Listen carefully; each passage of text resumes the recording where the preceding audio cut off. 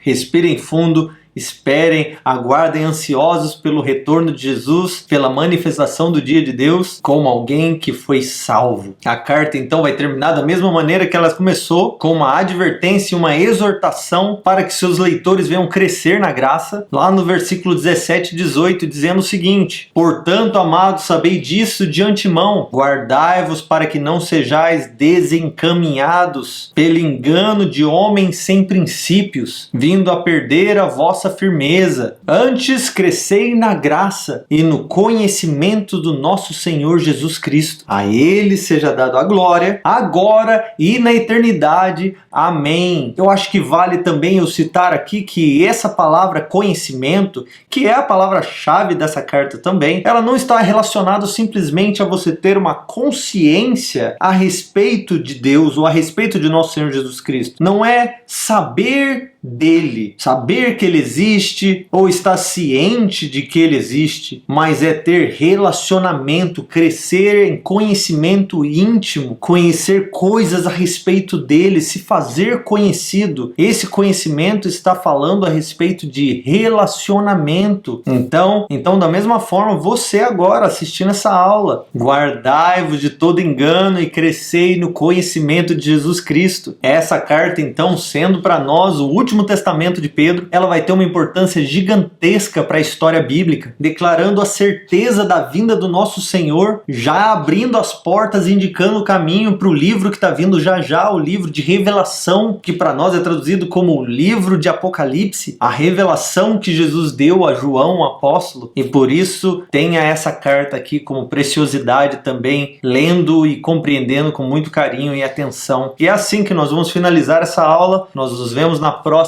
se Deus quiser. Deus abençoe.